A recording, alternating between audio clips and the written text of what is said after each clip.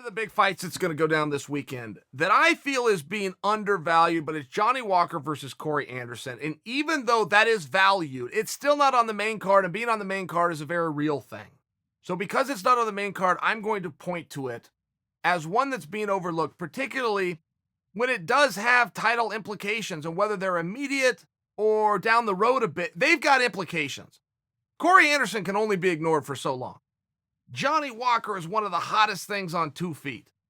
I was in a building, put this in perspective for you on this Johnny Walker. I was in a building with Johnny Walker in England 3 months ago for Bellator. Johnny was either there to watch or he was supporting somebody, maybe at a teammate fight. I don't know. All I know is when he came in, people started pulling out their cell phones, the crowd turned, it was this big thing. That's a microcosm. That's one arena.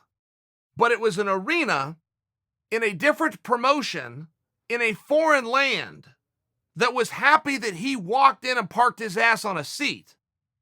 I think that's a pretty good focus group, guys. So Corey Anderson came out and he was talking about this fight. And he was very honest and open. He said, the UFC told me I need to become a needle mover before I can get bigger fights. And he goes, that's a little bit of a problem because I'm just not that guy. I'm not Joe Charisma that can captivate and always has fun things to say. There's another road and another path, and it's one that Kamaru Usman walked, where he just beat everybody till there was nobody left, and apparently that's the one I'm going to have to do.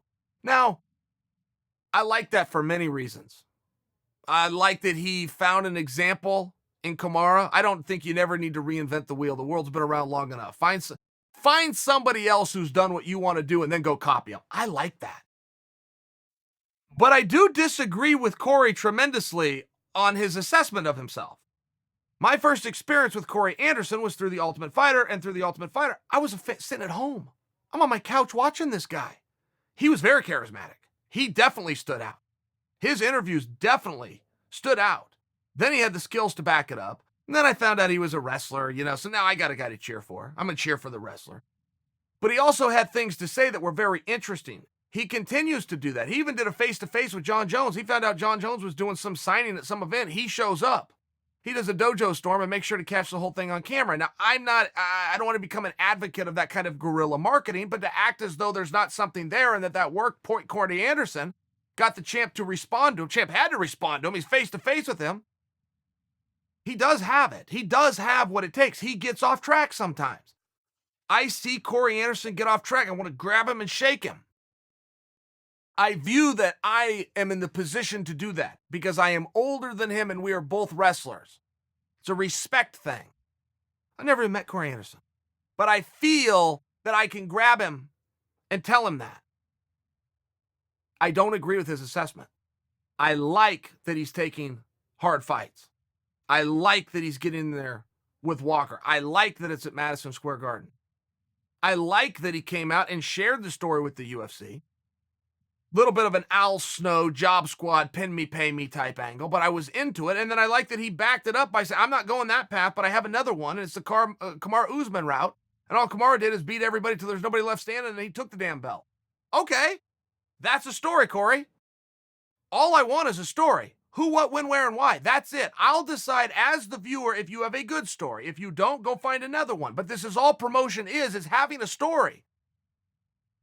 We cannot say this enough times. Oh, he's a good promoter. Oh, he's not a good promoter. Oh, I'm being underpromoted. What the hell does that mean? All promotion is storytelling. Corey, you now have a story. And guess what, Corey? You told the story. Oh, and guess what, Corey? I got good news for you. We like the story. Uncle Chael, there's no bad guy like Uncle Chael. Never lost, not even around, undefeated, undisputed. Oh yeah, here comes the bad.